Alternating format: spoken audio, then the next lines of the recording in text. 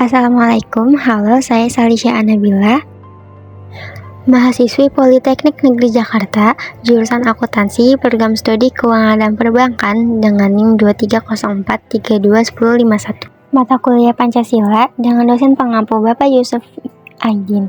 Pada kesempatan kali ini, saya akan mereview buku dengan judul Perempuan dalam Pusaran Demokrasi dari Pintu Otonomi ke Pemberdayaan. Sistem demokrasi sebenarnya adalah suatu sistem penyelenggaraan negara di mana kedaulatan negara berada di tangan rakyat. Di dalam buku ini dijelaskan, gerakan perempuan dalam demokrasi elektoral masih menghadapi berbagai tantangan. Salah satunya permasalahan gender pada ruang lingkup demokrasi yang masih belum stabil. Budaya patriarki yang masih menjadi turun-temurun dalam masyarakat, dan pihak laki-laki tidak mau disamaratakan dengan pihak perempuan karena mereka menganggap bahwa mereka lebih tinggi kedudukannya dari perempuan. Perempuan mempunyai posisi yang sejajar dan diharapkan mampu memunculkan kesadaran bahwa antara laki-laki dan perempuan bisa memberikan kontribusi dengan porsi yang sama tanpa ada niatan untuk menguasai dari pihak laki-laki dan perasaan minder dari pihak perempuan karena merasa dirinya hanya menjadi warga negara kelas kedua, sehingga pada akhirnya nanti tidak ditemukan lagi pihak-pihak yang merasa tersubordinasi. Ini adalah langkah awal untuk mengakhiri patriarki di dalam seluruh lini kehidupan. Mengutip dalam bukunya di halaman 16, salah satu jalan yang bisa ditempuh untuk melakukan hal tersebut antara lain dengan mengikut sertakan para perempuan untuk masuk dalam proses pengambilan keputusan. Perlu ditegaskan sekali lagi bahwa kesetaraan menjadi langkah utama berjalannya proses demokratisasi karena akan muncul jaminan terbukanya akses dan peluang bagi seluruh elemen masyarakat, baik itu laki-laki maupun perempuan.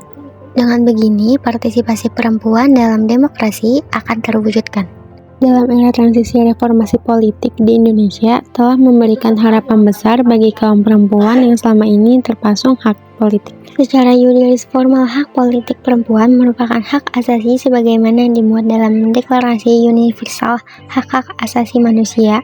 Selain itu, perlu diperhatikan pula bahwa pemerintah telah mendirikan konvensi tentang hak politik perempuan sebagaimana tertuang dalam Undang-Undang Nomor 68 Tahun 1958.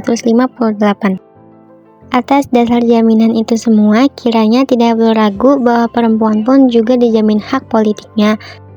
Tata pemerintahan desa yang bersih dan demokratis hanya akan terwujud jika akses, partisipasi, kontrol, dan manfaat yang dapat dinikmati oleh seluruh warga. Kehadiran PDB tidak serta-merta akan meningkatkan peran politik perempuan. Hal ini dikarenakan begitu kuatnya budaya patriarki di masyarakat.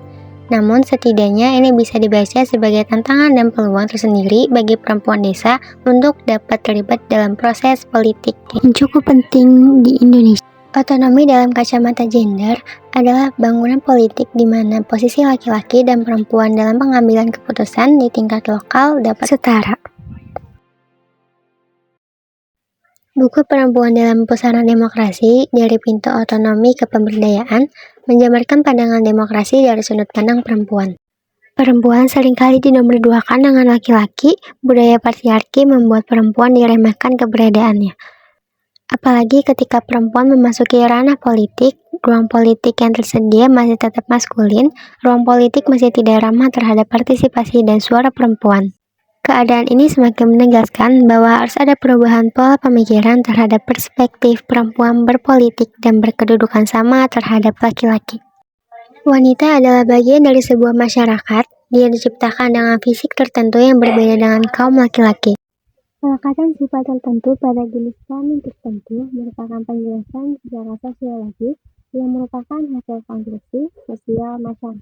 Demikian penjelasan saya mengenai buku Perempuan dalam Pusaran Demokrasi dari Pintu Otonomi ke Pemberdayaan. Untuk teman-teman yang masih penasaran dengan buku ini, silakan membaca di Perpustakaan Politeknik Negeri Jakarta. Terima kasih atas atensinya dan terima kasih juga pada Bapak Yusuf selaku dosen mata kuliah Pancasila. Kurang lebihnya saya ucapkan mohon maaf. Wassalamualaikum warahmatullahi wabarakatuh.